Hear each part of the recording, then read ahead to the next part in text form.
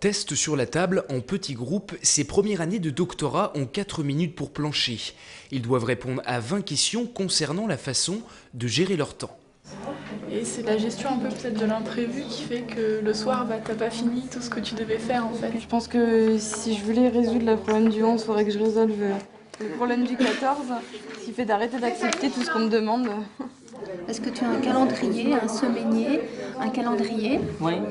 Jour par jour, tu te dis, Oui. Ce matin, je vais lire Oui, ce livre. ouais. Tu fais ça? Oui, toujours. Issus de disciplines diverses, ces nouveaux doctorants ont tous le même objectif, soutenir leur thèse après 3 ans de préparation. Cet atelier de formation les aide à appréhender la problématique de la gestion du temps pendant la thèse et à lutter contre les chronophages. Il y a 2 sortes de chronophages.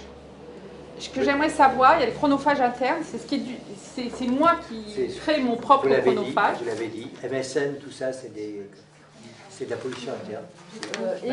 Ou c'est l'extérieur, c'est-à-dire c'est les gens qui viennent nous demander des choses. Hein. Dans les 2 cas, il y a de l'interne et de l'externe. Le plus dur à gérer, à votre avis, c'est lequel? C'est l'interne.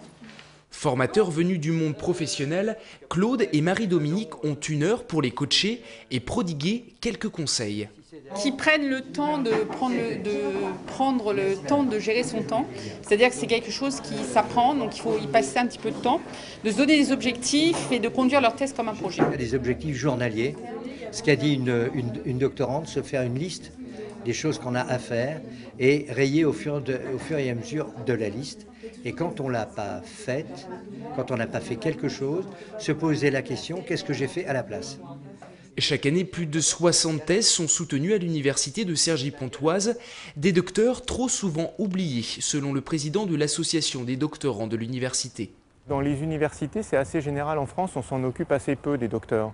Ils arrivent, on les met dans les laboratoires, ils ont une bourse, ils travaillent, ils vont sur leur paillasse s'ils sont en biologie ou en chimie, et puis 3 ans après, on ouvre le couvercle, on leur dit bravo, tu as ton doctorat, et puis ensuite ils vont chercher soit du travail, soit un post-doc à l'étranger, ils cherchent un poste de chercheur ou bien ils vont travailler en entreprise, et on s'en occupe relativement peu. Mieux former les doctorants et créer du lien entre les différentes disciplines, à l'image des écoles de commerce, l'université de Cergy-Pontoise entend développer le sentiment d'appartenance des doctorants à leur université.